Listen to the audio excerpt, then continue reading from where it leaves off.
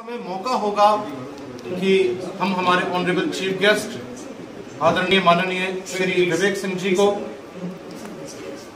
ये माइक देंगे, जो कैंट बोर्ड के एग्जीक्यूटिव ऑफिसर हैं, कैंटोनमेंट बोर्ड बरेली के एग्जीक्यूटिव ऑफिसर हैं, और मौका होगा एक बार सर का जोरदार तालियां बजाकर वेलकम करें।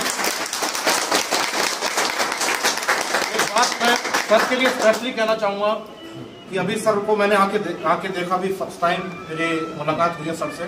ऑफिस के बाहर तो हम लोग किसी ना किसी काम से जाते थे, तो बाहर के स्टाफ से हमारी अक्सर मुलाकात होती थी, लेकिन आज सर को मैंने खुद फर्स्ट टाइम, अजीम सर ने शायद पहले भी देखा है, मैंने फर्स्ट टाइम सर को देखा है। और सर की विशेषता मैंने देखी कि सर के अंदर मासूमियत बहुत है, ये आप देखेंगे। और सर की तारीफ में मैं कहना चाहूंगा, सर जो पानी से नहाते हैं वो लिबास बदलते हैं, वाह वाह हो जाए। जो पानी से नहाते हैं वो लिबास बदलते हैं, और जो पसीने से नहाते हैं वो इतिहास बदलते हैं। तो अब मौका होगा कि सर हमारी इस एग्जीबिशन के विषय में कुछ कहें, और तालियां बजाकर एक बार सर का फिर से वेलकम। सभी को मेरा नमस्कार। और सबसे पहले मैं आर्ट क्लब को धन्यवाद करना चाहता हूँ।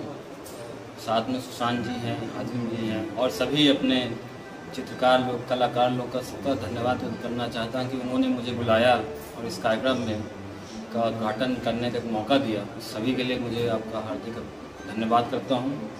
और सुशांत जी ने हालांकि कुछ ज़्यादा ही कह दिया क्योंकि हम लोग तो देखिए ज़मीन से जुड़े लोग हैं, हमारा काम है काम करना और आगे बढ़ते रहना। और जब से मैं आया हूँ बरेली में, खासकर बरेली छावनी में यूवीना में यामिनी आर्ट गैलरी एक बहुत बड़ा सेट है।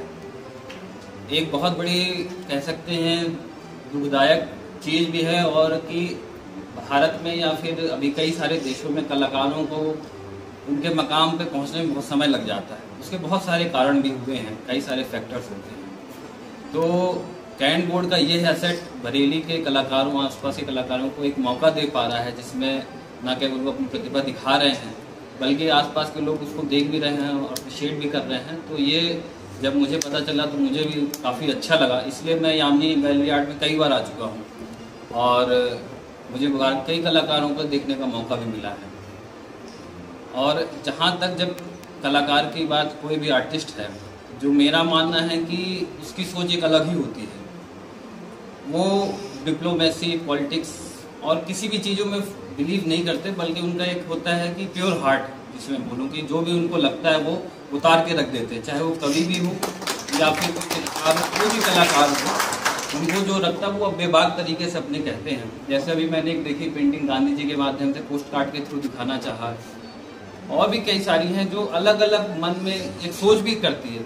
देखिए, कलाकार के लिए मेरे ख्याल से एक इमेजिनेशन भी होना चाहिए, वो भी सब दिखता है।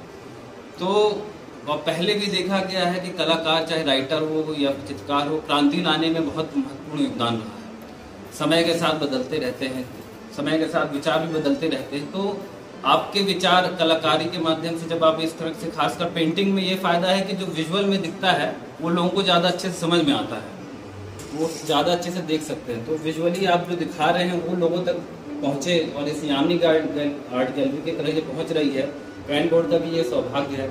मेरी तरफ से सभी ने पेंटिंग, मेरे ख्याल से कोई किसी भी कम ज़्यादा नहीं होती है, सबके विचार हैं। ये कंपटीशन भी नहीं, एग्जीबिशन है। कई जगह कंपटीशन में किसी का फर्स्ट आता है, किसी का सेकंड। तो एग्जीबिशन का फ़ायदा यही है कि सभी की अपनी पेंटिंग दिखाई जाती है। तो एक बहुत अच्छा इन्वॉल्वमेंट है कि सभी को बराबर मौका मिल रहा है, और सभी बढ़ चढ़ कर पेंटिंग इन्होंने दिखाई है। और मैं आप सभी को एक बार मेरी तरफ से हार्दिक शुभकामनाएँ हैं कि इसी तरीके से बढ़ते जाइए। आने वाले समय में मेरे से जो भी सहयोग बन सकेगा मैं बिल्कुल करूँगा। यामिनी आर्ट गैलरी में आपके लिए जब भी जरूरत पड़े मुझे बिल्कुल आप बता सकते हैं, मेरी तरफ से पूरी तरह सहयोग भी रहेगा। और अजीम जी को, सुशांत जी को और सभी को एक बार मेरी तरफ से शुभकामनाएं। Thank you very much sir.